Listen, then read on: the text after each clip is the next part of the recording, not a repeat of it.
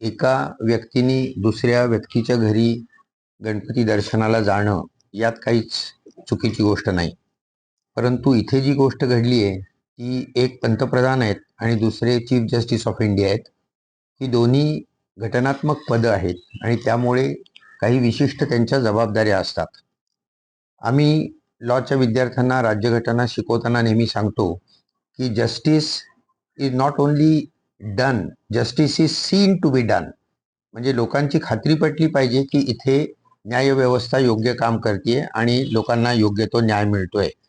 किंबहुना लोकशाहीची व्याख्याच अशी केली जाते की जिथे न्यायालय स्वतंत्र आहे, न्यायालय हे पंतप्रधान किंवा कायदे मंडळाच्या दबावाखाली नाही, हीच लोकशाहीची व्याख्या आहे. आता घटनेच्या अनेक तत्वांना तिलांजली सध्या दिली जाते. स्पीकर असो, गव्हर्नर असो, इलेक्शन कमिशन किंवा इव्हन सुप्रीम कोर्ट यांनी अंपायर सारखं काम करावं अशी अपेक्षा आहे, परंतु प्रत्यक्षात तसं घडत नाही. मला कोणीतरी सांगितलं की घटनेत कुठे लिहिलंय की पंतप्रधानांनी जाऊ नये.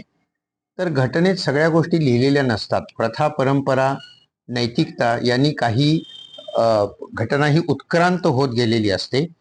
आता डॉक्ट्रिन ऑफ रिक्युझल जो आहे, ज्याच्यावर बोलणं चाललंय सध्या, म्हणजे पदमुक्त होणे, तर त्याचं तत्व असं आहे की कॉन्फ्लिक्ट ऑफ इंटरेस्ट जर का येत असेल किंवा निपक्षपातीपणावर जर का संशय येत असेल तर त्या व्यक्तीनी तात्पुरतं ते पद सोडावं. त्याला म्हणतात रिक्यूज. आता तुम्हाला उदाहरण देतो की आमच्याकडे विद्यापीठाचे पेपर तपासायला येतात, त्यावेळी विचारलं जातं की तुमचा कोणी पुतण्या, भाचा वगैरे परीक्षेला बसलेला नाही ना?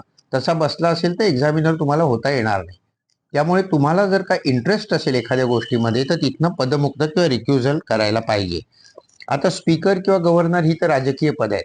आपल्या महाराष्ट्राचे स्पीकर आहेत, ते मुख्यमंत्र्यांना जाऊन भेटतात, पत्रकार परिषद घेतात, हे अजिबात अपेक्षित नाहीये. किंवा गव्हर्नर जे आहेत त्यांची नेमणूकच मुळी पंतप्रधानांकडनं म्हणजे राष्ट्रपतींकडनं केली जाते. चीफ इलेक्शन कमिशनरची नेमणूक राष्ट्रपतींकडनंच केली जाते. त्यामुळे त्यांच्याकडनं फार अपेक्षा नाहीत. परंतु सुप्रीम कोर्टाची नेमणूक आता राष्ट्रपतींकडनं होत नाही. पूर्वी होत असे, आता कलेजियमकडनं होते. पण 65 वर्षाचे ते झाले की त्याच्यानंतर त्यांना जी पदं असतात, गव्हर्नर करता येतं, अँबॅसेडर म्हणून पाठवता येतं, राज्यसभेचा मेंबर करता येतं, हे सगळं राष्ट्रपतींच्या म्हणजेच पंतप्रधानांच्या हातात असतं.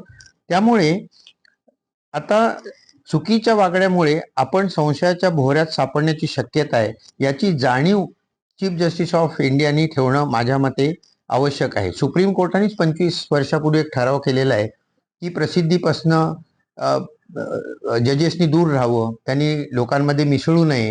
हे ठराव झालेले आहेत पूर्वी, परंतु याच्याकडे दुर्लक्ष झालेलं आहे. आता एक शेवटचा भाग की सरन्यायाधीशांनी पंतप्रधानांना बोलवलं होतं का पंतप्रधान आपणून गेले?